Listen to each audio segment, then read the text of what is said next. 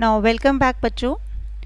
Today we will start with the chapter for class 9 science और इसमें आज हम डिस्कस करेंगे चैप्टर टिश्यू के बारे में. So this will be the first video related with this chapter. This chapter is divided into different videos. So today first we'll go for the first part. Now जब हम tissues की बात करते हैं तो सबसे पहले हमारे दिमाग में आता है कि what is a tissue. Tissue क्या चीज़ होती है. तो अगर हम टिश्यू की बात करें तो a group of cell that stays together and work together to perform a common function is called a tissue. मतलब क्या हुआ इसका कि a group of cell means जो सेल्स का पूरा एक ग्रुप है. अलग आपको मैंने लास्ट चैप्टर में बताया था कि जो हमारे सेल्स हैं they are the structural and functional unit of body. तो जो सेल्स हैं जब वो कलेक्टिवली एक जगह पे रहते हैं और एक जैसा फंक्शन परफॉर्म करते हैं तो उनको हम बोलते हैं अ टिश्यू. एक जैसा फंक्शन मीन्स एक पर्टिकुलर जो बॉडी का लाइफ प्रोसेस है या फंक्शन है उसको परफॉर्म करने में हेल्प करते हैं तो उसको हम बोलते हैं टिश्यू. अब इसका एक एग्जांपल देख लेते हैं. आप इसके एग्जाम्पल में एक नर्व सेल का एग्जाम्पल देखेंगे. Nerve cell works together to form a nervous tissue. Nervous tissue आपको पता है हमारे जितने भी सेंसरी पार्ट्स होते हैं बॉडी के वहाँ पे प्रेजेंट रहता है. तो उसकी कॉन्स्टिट्यूशन किसकी रहती है? नर्व सेल्स की. सारा नर्वस टिश्यू किस चीज़ का बना हुआ है? वो नर्व सेल्स का बना हुआ है. तो वहाँ पे अलग अलग प्लेसेस पे नर्व सेल्स इकट्ठे एक तरह का वर्क करेंगे जहाँ हम उनको बोलेंगे नर्वस टिश्यू. तो अब ये सेल्स की ऑर्गेनाइजेशन किस तरह से हमारी बॉडी में फंक्शन करती है. तो जितने भी हमारी बॉडी के सेल्स हैं they arrange themselves in different tissues. These tissues they arrange themselves in form of different organs and then these organs together they work as a system forming the organ system. अब इसके example में again आप देख लीजिए. एक for example epithelial cells हम लें. Type of cell है हमारी बॉडी का. इस सेल को जब हम अरेंज करते हैं तो वी गेट एपिथेलियल टिश्यू और different layer of epithelial tissue will result in formation of organ known as stomach. इसकी तरह स्मॉल इंटेस्टाइन, हमारा फूड पाइप बनेगा, हमारा माउथ बनेगा और ये सब मिलके टुगेदर क्या बनाएंगे? डाइजेस्टिव सिस्टम बनाएंगे. तो this is the cellular organisation of a multicellular organism. Cells they form tissues, tissues they form organs and organs they form system. तो कोई भी मल्टी सेलुलर ऑर्गेनिज्म की जो ऑर्गेनाइजेशन है वो इसी तरह से कॉन्स्टिट्यूट होती है. तो इसीलिए हमने सबसे पहले सेल्स के बारे में पढ़ा था लास्ट वीडियो में और आज हम पढ़ने जा रहे हैं टिश्यूज के बारे में. चलिए अब देखते हैं ये टिश्यूज़ किस तरह से होते हैं. ना tissues are grouped on the basis of their organisation. Organisation means कि जो टिश्यू में सेल्स हैं वो किस तरीके के हैं. ना they are grouped as simple and compound. Simple tissue किसको बोलेंगे हम? When cells similar in structure function and origin. यानी कि सारे सेल्स का स्ट्रक्चर भी सेम है, उनका फंक्शन भी सेम है और उनका ओरिजिन भी सेम है. यानी वो एक ही टाइप के सेल्स एक ही जगह से बने हैं तो that organisation is called as a simple tissue. Now another example is cells different in structure, function, that is a combination of simple tissues. अब बहुत सारे simple tissues भी कई बार इकट्ठे होकर common function perform करते हैं तो उस तरह के tissue को हम बोलते हैं compound tissue बोलते हैं. Now another group of tissues is based on the type of cells. अभी जो cells हैं वो किस तरह के cell के बने हुए हैं. tissue किस तरह के cell का बना हुआ है. If it is made up of plant cell we call it as a plant tissue and if it is made up of animal cell we call it as a animal tissue. तो broadly हम अपने tissues को दो ही group में बांटते हैं. एक हमारे plant tissues के बारे में और एक हमारे animal tissues के अंदर. प्लांट टिश्यू जो प्लांट सेल्स के बने हुए हैं, एनिमल टिश्यू जो एनिमल सेल्स के बने हैं. और फिर इन्हीं के अंदर हमारे होते हैं सिंपल और कंपाउंड. प्लांट के टिश्यू सिंपल भी हो सकते हैं, वो कंपाउंड भी हो सकते हैं. सिमिलरली एनिमल टिश्यूज वो सिंपल भी हो सकते हैं, वो कंपाउंड भी हो सकते हैं depending upon different type of cells and the structures found associated with them. So this is about the types of tissues which we found in the organisms. Now let's see this one of the organism which is your plant, which you can see in your window. Now this plant is made up of what? This plant is made up of what thing?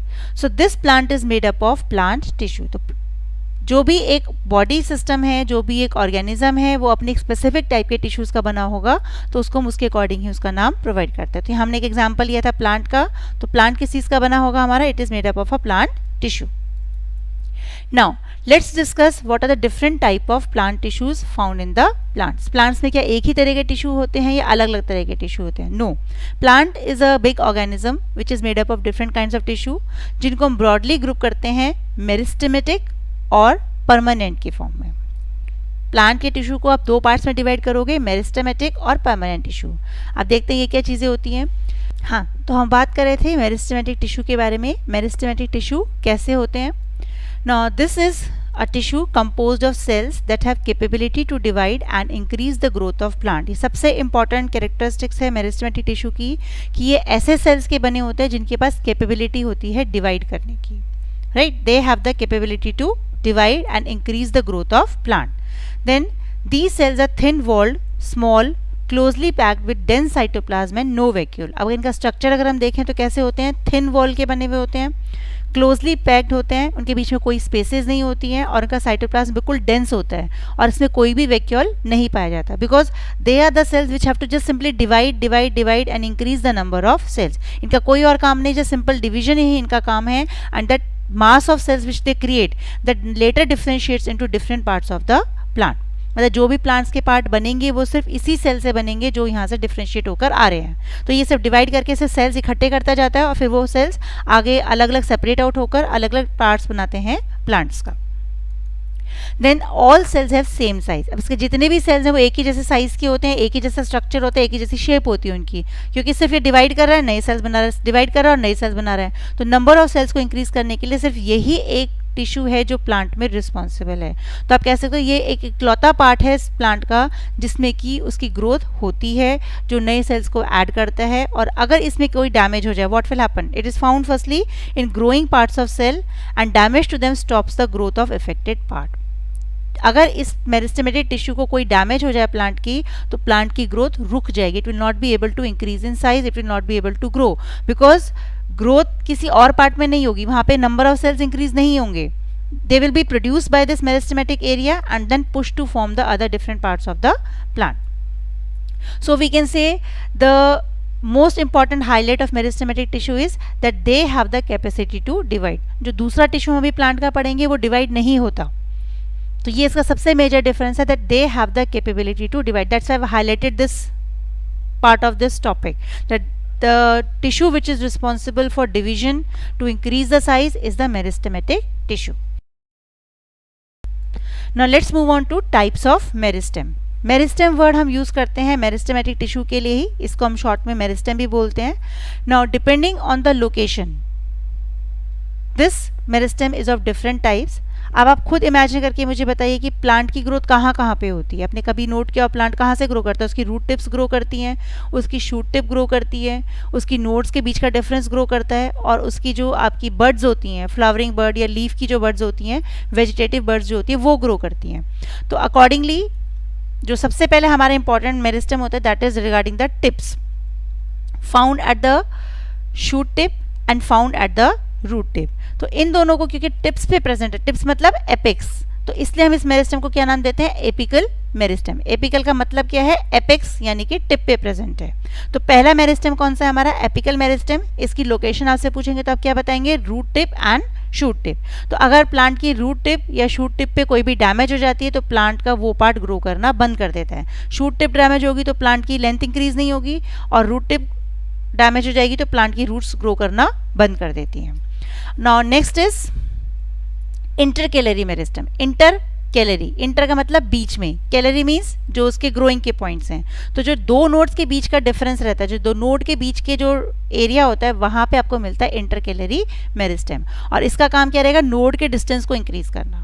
मतलब जो दो nodes हैं, जो points आपको दिखते हैं leaf stem के ऊपर, सोलन पोर्शंस दिखाई देते हैं, उसको आप नोड्स बोलते हो. तो नोड्स के बीच का जो गैप है वहाँ पे आपको मिलता है इंटरकेलरी मेरिस्टेम, जो उस नोड के डिस्टेंस को बढ़ाने का काम करता है, और उसकी वजह से पूरे प्लांट की जो लेंथ होती है वो बढ़ती चली जाती है. हर नोड के पास ये प्रेजेंट है, नोड में वहाँ पे ग्रोथ होगी इंटरकेलरी मेरिस्टेम की, उसके ऊपर वाले में ग्रोथ होगी, तो धीरे धीरे जो क्या होगा, प्लांट की लेंथ आपकी बढ़ती हुई नजर आती है. फिर थर्ड टाइप आपकी होती है लेटरल मेरिस्टेम. लेटरल का मतलब साइड्स, राइट. तो ये कहाँ पे रहता है? जो आपकी स्टेम्स होती हैं, आपकी रूट्स होती है, उनकी जो सर्कुलर बाउंड्री होती है उसके अंदर प्रेजेंट रहता है. और इसका काम क्या रहता है यहाँ पे? उसकी विड्थ को बढ़ाना, उसकी चौड़ाई को बढ़ाना, उसकी मोटाई को बढ़ाना. तो उसको सर्कुलर पैटर्न में उसके साइज को इंक्रीज करने में लेटरल मेरिस्टेम हेल्प करता है. तो क्योंकि अगर खाली सिर्फ नीचे रूट टिप से ही सेल्स मिलेंगे तो पूरे प्लांट की ग्रोथ नहीं हो पाएगी. तो that's why you have got 3 different portions where you find this meristem. Apical जो टिप्स को इंक्रीज कर रहा है, इंटरकेलरी जो बीच के गैप को इंक्रीज कर रहा है, और लेटरल जो उसकी थिकनेस को इंक्रीज कर रहा है. तो in totality this all helps in the growth of the plant. Now let's study more about this meristematic tissue types. Now meristematic tissue, as I told you just now, it is divided into apical meristem. अब इसकी characteristics क्या है? It is found in root tip, shoot tip and buds. ये इसकी location का function point है. And then the function, it causes growth of root, shoot and buds respectively. जहाँ पे भी वो present है उनकी growth के लिए वो responsible है. Now next you can see here in this diagram, आपको यहाँ दिखाई दे रहा है ये रूट टिप का डायग्राम है. ये इसके ऊपर एक प्रोटेक्टिव कवरिंग है रूट कैप की और इसके अंदर आपका जो टिश्यू है उसको हम बोलते हैं एपिकल मेरिस्टेम. सिमिलरली शूट की जो टिपिकल पॉइंट है, जो टॉप मोस्ट पॉइंटेड पोर्शन है, वहाँ पे भी जो आपको ये टिश्यू मिलता है इसको हम बोलते हैं apical meristem. Now next is intercalary meristem. इसके पॉइंट्स क्या रहेंगे? It is found in the internode region. जैसे आपको पता है नोड्स के बीच का जो गैप है वहाँ पे आपको ये प्रेजेंट रहता है. And function, it causes increase in the internodal distance. अब आप ये देख सकते हो ये एक नोड है और ये दूसरी नोड है, तो इसके बीच में यहाँ आपको ये इंटरकैलरी मेरिस्टम दिखाई दे रहा है. अब तीसरे टाइप पे जाते हैं, lateral meristem. It is found below the bark in stem and root. Bark मैंने बताया था जो उसकी बाहर की जो आउटर मोस्ट कवरिंग है उसके जस्ट बिलो आपको ये मिलता है और सर्कुलर पैटर्न में उसको इंक्रीज करता है. It causes increase in diameter. तो सर्कुलर जो ग्रोथ होगी प्लांट की, जो उसकी मोटाई की ग्रोथ होती है, उसकी जो गर्थ की ग्रोथ होती है, that takes place by help of your lateral meristem. अभी देख सकते हो ऐसे लॉन्गिट्यूडनली आपको ये दिखाई दे रहा है. जो आपका इंटरकैलरी था वो तो ऐसे था, लेंथ इंक्रीज कर रहा है, और ये साइड्स में से उसको टोटल सर्कुलर पैटर्न में इंक्रीज करने में हेल्प करता है. So this is all in this video beta. In the next video we will be discussing regarding the permanent tissue found in the plant and the difference between your meristematic and permanent plant tissue. So keep up yourself connected with the video so that you can get the details of the next video related to this chapter. Thank you children.